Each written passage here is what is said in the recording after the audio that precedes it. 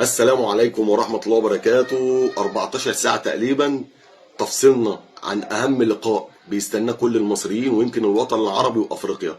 ديربي القاهرة ما بين أكبر كبيرين في أفريقيا، النادي الأهلي والنادي الزمالك. مباراة خارج التوقعات، ملهاش حسابات ومحدش يقدر يتوقع النتيجة، لأن أنت بتتفرج على أكبر ناديين في أفريقيا. نادي الزمالك لا يستهان بيه، نادي الزمالك فريق كبير. مش سهل زي ما الناس كلها ممكن تفتكر، لا، نادي الزمالك فريق كبير ولازم يتعمل له ألف ألف ألف حساب، لأن أنت بتلعب الزمالك. عايزين نتكلم بقى في البداية كده، هنتكلم عن حكم المباراة وهنتكلم عن التشكيل المتوقع أو التشكيل الأنسب بدون عك وبدون فلسفة، وهنتكلم على القنوات الناقلة ونصيحة الكابتن سيد عبد الحفيظ للكابتن زيزو.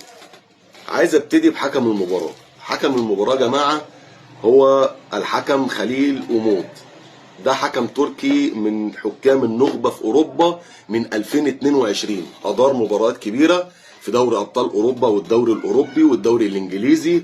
أدار مباريات لليفربول وأدار مباريات لأتلتيكو مدريد واستهام. حكم اسم كبير كبير في عالم التحكيم ولا يستهان بيه، وبيطبق القانون، والراجل ده صارم في قراراته. فإن شاء الله بأمر الله يخرج بالمباراة لبر الأمان. هنتكلم عن ان شاء الله بامر الله، عايزين نتكلم بقى عن التشكيل الانسب والمتوقع او التشكيل اللي من غير فزلكه. ياس رب طبعا طمن الناس كلها ان الاهلي يعني كامل بالقوه الضربه بتاعته، اللي هي قوه الضربه اللي هو خط الهجوم، اللي احنا كان عندنا جريديشار كان مصاب ومحمد شريف، وكان في مخاوف اللي هم ما يشاركوش في المباراه ديت. فالحمد لله جريديشار جاهز 100% ومحمد شريف جاهز 100%.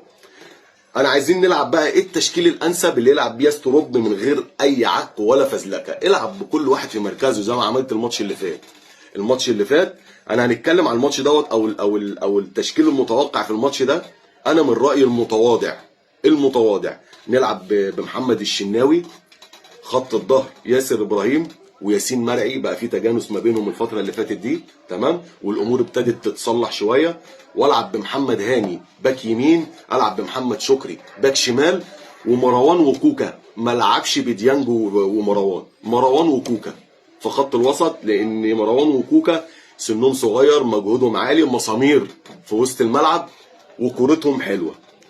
عايز العب برقم 10، العب بمين؟ العب بمحمد علي بن رمضان. محمد علي بن رمضان يتلعبوا 8 10. الراجل ده في المركز بتاع رقم 10 او اللي هو بيلعب تحت رؤوس الحرب او تحت الثلاثي الهجومي، تاخد منه احلى كوره واحلى سيروهات ويطير لك الاجنحه بتاعتك. بص، يعمل لك شغل عالي قوي قوي قوي قوي، ويضغط من الامام وممكن يشوط. يعني عنده مميزات كويسه في رقم 10. هتاخد منه كرة احسن. ما تطرفوش بقى ناحيه تريزيجيه ولا تطرفوا ناحيه زيز، هو لعبه رقم 10. انت عندك كده كده محمد هاني وعندك محمد شكري. هيلعب ناحيه اليمين زيزو جناح يمين، ويلعب ناحيه الشمال تريزيجيه جناح شمال. وعندك في الهجوم تبتدي بمحمد شريف. محمد شريف متعطش كوره، وفي الماتشات دي او امام الزمالك حظه عالي على نادي الزمالك وكعبه عالي على نادي الزمالك. محمد شريف احرز حوالي بتاع 5 اهداف او 4 اهداف تقريبا في مباراه القمه امام الزمالك. فالراجل ده كعبه عالي على نادي الزمالك. ابتدي بيه، ابتدي بمحمد شريف. يبقى يا ريت من غير عك ولا فزلكه. التشكيل ده الانسب. قلنا الشناوي ياسر ابراهيم ياسين مرعي محمد هاني يمين، باك يمين محمد شكري، باك شمال مع كوكا ومروان 6 و8، وعندك بن رمضان 10، وعندك زيزو نلعب بيه جناح يمين، تريزيجيه جناح شمال، ومحمد شريف استرايكر صريح. طيب، عايز اقول لك ان القناه الناقله للمباراه قناه دبي بصوت المعلق المتالق رؤوف خليف، حبيب الملايين طبعا. الراجل ده احنا بنعشقه بصراحه. فهو ان شاء الله بامر الله هو اللي هيذيع المباراه. نصيحه بقى الكابتن سيد عبد الحفيظ لزيزو. كابتن سيد عبد الحفيظ قال لزيزو عايزك تركز في الملعب.